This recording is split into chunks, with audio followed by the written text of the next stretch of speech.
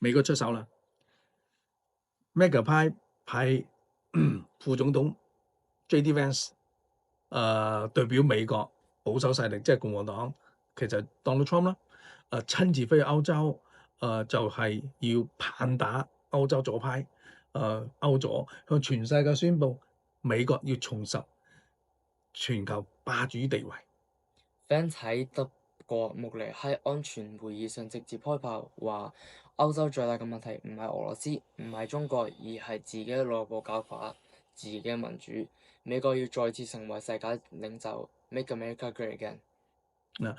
佢批評歐洲左派咧就個政策啦，係嘛？話佢哋咧係民主最大嘅敵人。移民政策咧就失控啦，導致社會治安混亂，甚至係影響國家安全。佢仲直接點名話羅馬尼亞，因為嗰邊嘅政府居然因為擔心俄羅斯影響，直接取消總統選舉嘅結果。Vance 直言講呢啲係極左派審查制度，根本就係獨裁。今次美國出手咧，就明顯係向歐洲左派咧發出最後嘅通牒㗎啦。佢話：如果你哋繼續搞左派政治嘅話咧，美國就要出手插手睇。睇嚟呢個 MAGA 嘅勢力開始向全球擴張。呢個咁美國係因為真心擔心歐洲民主咧，定係因為想利用呢個危機嚟鞏固自己嘅霸主地位咧？今次Vance 嘅出訪啦，係咪代表咗共和黨嘅強硬路線嚟㗎？美國咧係唔係準備全面向左派宣戰咧？而家我睇下佢嘅完成個講成點樣嘅發言啦，係啦，我哋已經咧準備好咧中文字幕，及呢個大家都可以睇清楚佢究竟講過咗啲乜嘢，係啦，咁正式開始之前，我哋想就係聲明一下我哋本場嘅本台嘅立場啦。係本台咧就唔屬於任何嘅政治立場，冇乜政治立場嘅。咁亦都唔係啲左派或者右派嘅宣傳機器，係嘛？我哋純粹係透過分析左右派嘅觀點，提供最全面嘅資訊，探討呢啲國際新聞對未來嘅社會經濟甚至係我哋嘅日常生活有咩影響㗎？你知我都係做房地產，我梗係要睇住呢啲係咩 sure，因為佢左派同右派嘅制度對房地產或者係日常嘅生活都好大影響，對經濟嚇。咁無論你係支持左右派都好啦，我哋都希望你可以就係自己獨立思考啦，就唔好盲目跟風啦，因為政治影響而就係壟斷你自己嘅想法。因為呢個亦都係關於到大家嘅未來嘅生活啦。Vance 講嘅係咪真係事實咧？定係美國只係想利用呢啲個場嘅危機進一步控制歐洲咧？我哋而家咧一齊睇下啦，係嘛？咁之後記得留言話俾我哋知你點睇係嘛？好，正式開始。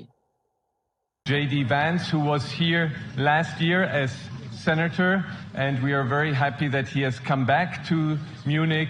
And we are very much looking forward to his speech. Please welcome Vice President JD Vance.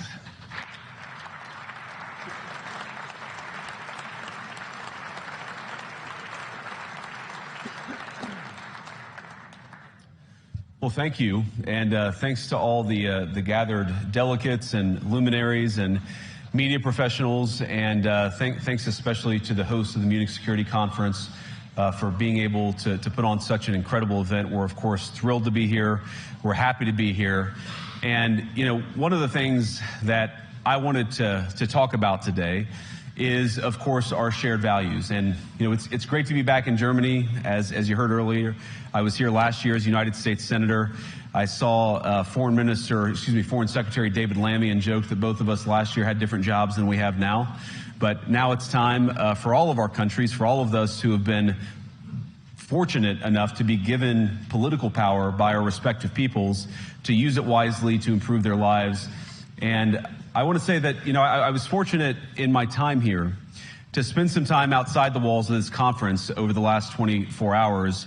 And I've been so impressed by the hospitality of the people, even, of course, as they're reeling from yesterday's horrendous attack. And the first time I was ever in Munich was with my wife, actually, who's here with me today, on a personal trip. And I've always loved the city of Munich, and I've always loved its people. And I just want to say that we're very moved, and our thoughts and prayers are with Munich and everybody affected by the evil inflicted on this beautiful community. We're thinking about you, we're praying for you, and we will certainly be rooting for you in the days and weeks to come. Now,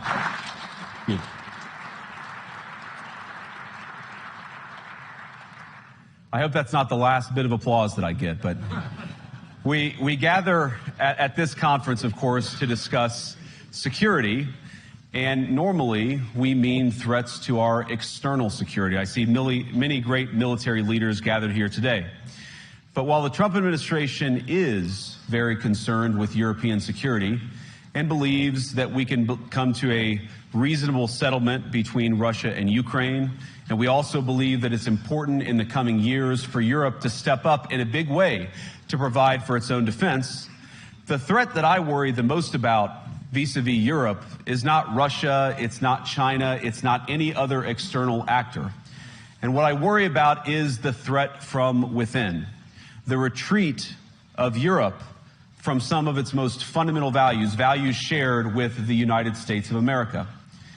Now, I was struck that a former European commissioner went on television recently and sounded delighted that the Romanian government had just annulled an entire election. He warned that if things don't go to plan, the very same thing could happen in Germany, too. Now, these cavalier statements are shocking to American ears. For years, we've been told that everything we fund and support is in the name of our shared democratic values. Everything from our Ukraine policy to digital censorship is billed as a defense of democracy. But when we see European courts canceling elections and senior officials threatening to cancel others, we ought to ask whether we're holding ourselves to an appropriately high standard.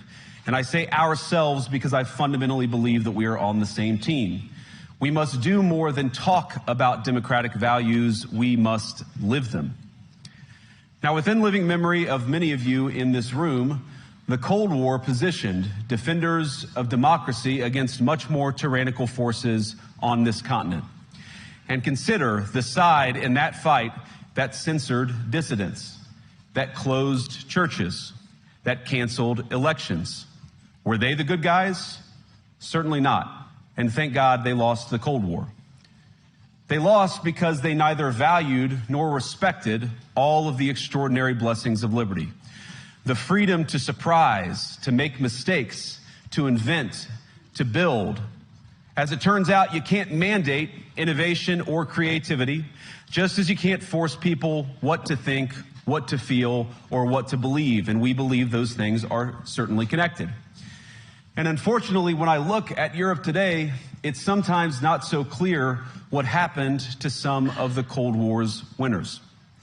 I look to Brussels, where EU commissars warn citizens that they intend to shut down social media during times of civil unrest the moment they spot what they've judged to be, quote, hateful content.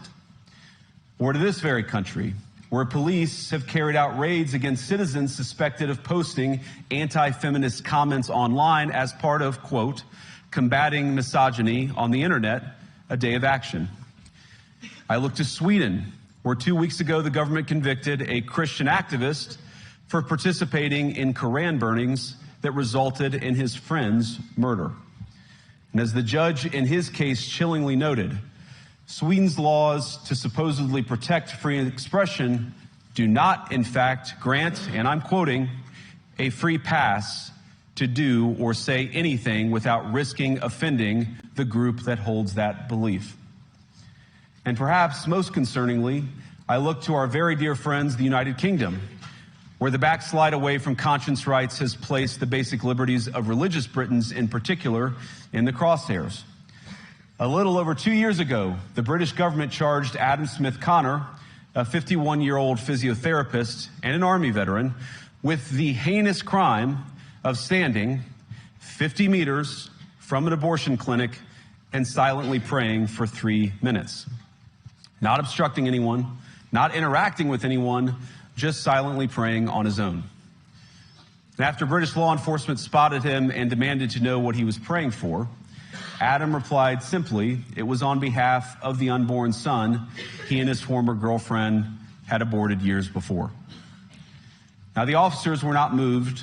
Adam was found guilty of breaking the government's new buffer zones law, which criminalizes silent prayer and other actions that could influence a person's decision within 200 meters of an abortion facility. He was sentenced to pay thousands of pounds in legal costs to the prosecution. Now, I wish I could say that this was a fluke, a one-off crazy example of a badly written law being enacted against a single person. But no, this last October, just a few months ago, the Scottish government began distributing letters to citizens whose houses lay within so-called safe access zones, warning them that even private prayer within their own homes may amount to breaking the law. Naturally, the government urged readers to report any fellow citizens suspected guilty of thought crime. In Britain and across Europe, free speech, I fear, is in retreat. And in the interest of comedy, my friends, but also in the interest of truth, I will admit that sometimes the loudest voices for censorship have come not from within Europe, but from within my own country, where the prior administration threatened and bullied social media companies to censor so-called misinformation. Misinformation like, for example, the idea that coronavirus had likely leaked from a laboratory in China. Our own government encouraged private companies to silence people who dared to utter what turned out to be an obvious truth. So I come here today not just with an observation, but with an offer. And just as the Biden administration seemed desperate to silence people for speaking their minds, so the Trump administration will do precisely the opposite, and I hope that we can work together on that. In Washington, there is a new sheriff in town, and under Donald Trump's leadership, we may disagree with your views, but we will fight to defend your right to offer it in the public square, agree or disagree.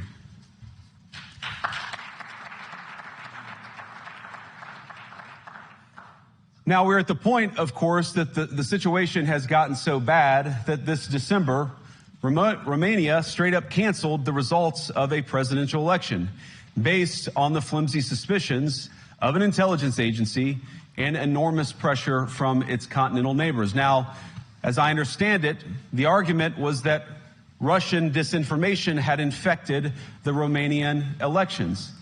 But I'd ask my European friends to have some perspective.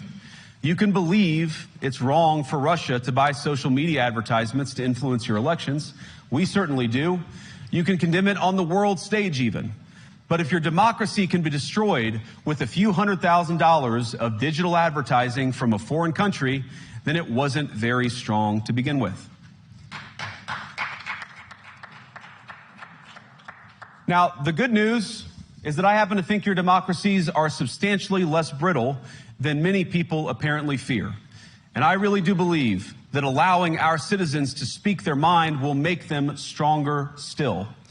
Which, of course, brings us back to Munich, where the organizers of this very conference have banned lawmakers representing populist parties on both the left and the right from participating in these conversations.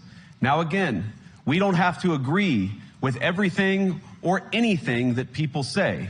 But when people represent, when political leaders represent an important constituency, it is incumbent upon us to at least participate in dialogue with them. Now, to many of us on the other side of the Atlantic, it looks more and more like old entrenched interests hiding behind ugly Soviet-era words like misinformation and disinformation, who simply don't like the idea that somebody with an alternative viewpoint might express a different opinion or, God forbid, vote a different way or, even worse, win an election. Now, this is a security conference, and I'm sure you all came here prepared to talk about how exactly you intend to increase defense spending over the next few years in line with some new target. And that's great. Because as President Trump has made abundantly clear, he believes that our European friends must play a bigger role in the future of this continent. We don't think, you hear this term, burden sharing, but we think it's an important part of being in a shared alliance together that the Europeans step up while America focuses on areas of the world that are in great danger. But let me also ask you, how will you even begin to think through the kinds of budgeting questions if we don't know what it is that we are defending in the first place? I've heard a lot already in my conversations, and I've had many, many great conversations with many people gathered here in this room. I've heard a lot about what you need to defend yourselves from, and of course that's important. But what has seemed a little bit less clear to me, and certainly I think to many of the citizens of Europe, is what exactly it is that you're defending yourselves for. What is the positive vision that animates this shared security compact that we all believe is so important? And I believe deeply that there is no security if you are afraid of the voices, the opinions, and the conscience that guide your very own people. Europe faces many challenges, but the crisis this continent faces right now, the crisis I believe we all face together, is one of our own making. If you're running in fear of your own voters, there is nothing America can do for you. Nor, for that matter, is there anything that you can do for the American people who elected me and elected President Trump. You need democratic mandates to accomplish anything of value in the coming years. Have we learned nothing that thin mandates produce unstable results? But there is so much of value that can be accomplished with the kind of democratic mandate that I think will come from being more responsive to the voices of your citizens. If you're going to enjoy competitive economies, if you're going to enjoy affordable energy and secure supply chains, then you need mandates to govern, because you have to make difficult choices to enjoy all of these things. And of course, we know that very well in America. You cannot win a democratic mandate by censoring your opponents or putting them in jail, whether that's the leader of the opposition, a humble Christian praying in her own home, or a journalist trying to report the news. Nor can you win one by disregarding your basic electorate on questions like who gets to be a part of our shared society. And of all the pressing challenges that the nations represented here face, I believe there is nothing more urgent than mass migration. Today, almost 1 in 5 people living in this country moved here from abroad. That is, of course, an all-time high. It's a similar number, by the way, in the United States, also an all-time high. The number of immigrants who entered the EU from non-EU countries doubled between 2021 and 2022 alone, and of course it's gotten much higher since. And we know the situation, it didn't materialize in a vacuum. It's the result of a series of conscious decisions made by politicians all over the continent and others across the world over the span of a decade. We saw the horrors wrought by these decisions yesterday in this very city. And of course, I can't bring it up again without thinking about the terrible victims who had a beautiful winter day in Munich ruined. Our thoughts and prayers are with them and will remain with them. But why did this happen in the first place? It's a terrible story, but it's one we've heard way too many times in Europe and unfortunately too many times in the United States as well. An asylum seeker, often a young man in his mid-20s, already known to police, rams a car into a crowd and shatters a community. How many times must we suffer these appalling setbacks before we change course and take our shared civilization in a new direction? No voter on this continent went to the ballot box to open the floodgates to millions of unvetted immigrants. But you know what they did vote for? In England, they voted for Brexit, and agree or disagree, they voted for it. And more all over Europe, they're voting for political leaders who promise to put an end to out-of-control migration. Now, I happen to agree with a lot of these concerns, but you don't have to agree with me. I just think that people care about their homes, they care about their dreams, they care about their safety and their capacity to provide for themselves and their children. and they're smart. I think this is one of the most important things I've learned in my brief time in politics. Contrary to what you might hear a couple mountains over in Davos, the citizens of all of our nations don't generally think of themselves as educated animals or as interchangeable cogs of a global economy. And it's hardly surprising that they don't want to be shuffled about or relentlessly ignored by their leaders. And it is the business of democracy to adjudicate these big questions at the ballot box. I believe that dismissing people, dismissing their concerns, or worse yet, shutting down media, shutting down elections, or shutting people out of the political process protects nothing. In fact, it is the most surefire way to destroy democracy. And speaking up and expressing opinions isn't election interference. Even when people express views outside your own country, and even when those people are very influential. And trust me, I say this with all humor, if American democracy can survive 10 years of Greta Thunberg's scolding, you guys can survive a few months of Elon Musk. But what no democracy, American, German, or European, will survive is telling millions of voters that their thoughts and concerns, their aspirations, their pleas for relief are invalid or unworthy of even being considered. Democracy rests on the sacred principle that the voice of the people matters. There's no room for firewalls. You either uphold the principle or you don't. Europeans, the people, have a voice. European leaders have a choice. And my strong belief is that we do not need to be afraid of the future. You can embrace what your people tell you, even when it's surprising, even when you don't agree. And if you do so, you can face the future with certainty and with confidence, knowing that the nation stands behind each of you. And that, to me, is the great magic of democracy. It's not in these stone buildings or beautiful hotels. It's not even in the great institutions that we have built together as a shared society. To believe in democracy is to understand that each of our citizens has wisdom and has a voice. And if we refuse to listen to that voice, even our most successful fights will secure very little. As Pope John Paul II, in my view, one of the most extraordinary champions of democracy on this continent or any other, once said, "Do not be afraid. We shouldn't be afraid of our people, even when they express views that disagree with their leadership." Thank you all. Good luck to all of you. God bless you. 好啦，大家睇完覺得點呢？JD Vance 係咪真心擔心歐洲嘅民主啊？定係美國政府想透過呢種咁嘅方式向歐洲咧施壓，甚至係重拾呢個美國嘅全球霸主地位咧咁樣咯？咁我覺得呢個就係個移民問題咧，的確有啲道理嘅。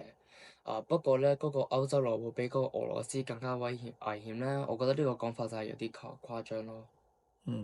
如果美國真係要 make America great again，咁即係話咧，全球政治可能會進一步咧進入新一輪嘅對抗㗎咯喎，係咪？美國同歐洲會唔會咁因此而分裂咧？呢個問題咧係值得係關注嘅嚇。咁最重要嘅係呢啲嘅國際政治同大家嘅生活咧係相關嘅。咁如果歐洲嘅左派咧政策咧，就係依然喺未來咧，依然就係危險到嗰個大家嘅安全啦。咁未來嘅移民政策會唔會就因此而收縮？會唔會影響到全球經濟咧？所以我哋咧就希望大家唔好淨係睇一邊咯，係嘛？而係咧用理性嘅思考咯，分析背後真正影響大家生活嘅因素咯，係咪？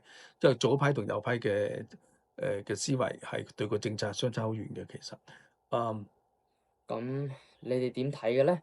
你覺得呢個係歐洲左派嘅政策係咪真係搞崩咗呢個民主咧？定係只係 Vance 嘅政治操作啊？記得喺留言區話俾我哋知啦，你嘅諗法。係啦，咁如果鍾意我哋嘅分析方法啦，左右派嘅分析模式啦，記得 like、subscribe， 同埋咧去睇嗰個鈴鐘，咁樣咧就有片我就會通知你哋㗎啦，係啦，咁樣。冇錯，咁支持我哋嘅頻道，我哋就下次再見啦，拜拜。OK，拜拜。